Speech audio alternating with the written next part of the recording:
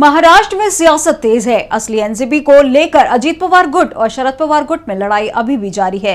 इसी बीच शरद गुट ने अजीत गुट पर चुनाव प्रचार को लेकर आरोप लगाए हैं। वहीं मामले में सुनवाई के दौरान सुप्रीम कोर्ट ने अजीत पवार गुट को जोरदार फटकार लगाई है और हलफनामा दाखिल करने के कड़े निर्देश दिए हैं। तो क्यों पड़ी अजीत पवार गुट को फटकार, क्या है कोर्ट का फैसला, जानने के लिए देखिए ये रिपोर्ट। महाराष्ट्र में सियासी घमासान जारी है। पार्टी के नाम और निशान को लेकर एनसीपी के अजीत पवार गुट और शरद पवार गुट में जंग चल रही थी।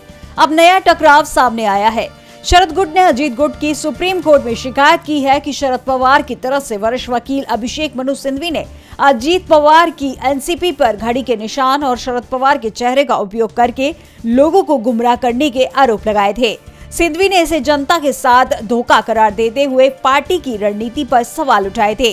मामले में 14 मार्च को सुप्रीम कोर्ट में सुनवाई हुई। वहीं सुनवाई के दौरान कोर्ट ने अजीत पवार गुट को जोरदार फटकार लगाई। कोर्ट ने अजीत गुट से चुनाव प्रचार के लिए शरद पवार की तस्वीर का इस्तेमाल करने को लेकर सवाल उठाए हैं और इस पर तुरंत रोक लगाने का आदेश दिया है।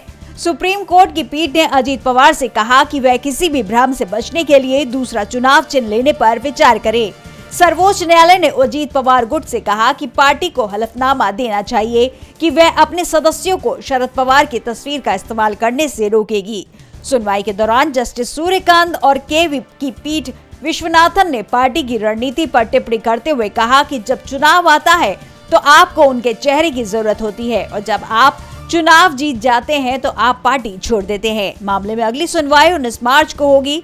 आपको बता दें कि 19 फरवरी को शीर्ष अदालत ने एनसीपी संस्थापक शरद पवार और उनके गुट को राष्ट्रवादी कांग्रेस पार्टी शरद चंद्र पवार के नाम से काम करने की अनुमति दी थी। वहीं ईसीआई ने अजीत पवार के गुट को असली एनसीपी के रूप में मान्यता दी थी और अजीत पवार के गुट को एनसीपी का सिंबल दीवार घड़ी आवंटित किया था, जबकि एनसीपी शरद चंद्र पवार को चुनाव चिन्ह घड़ी आवंटित की थी। डीबी लाइव की रिपोर्ट।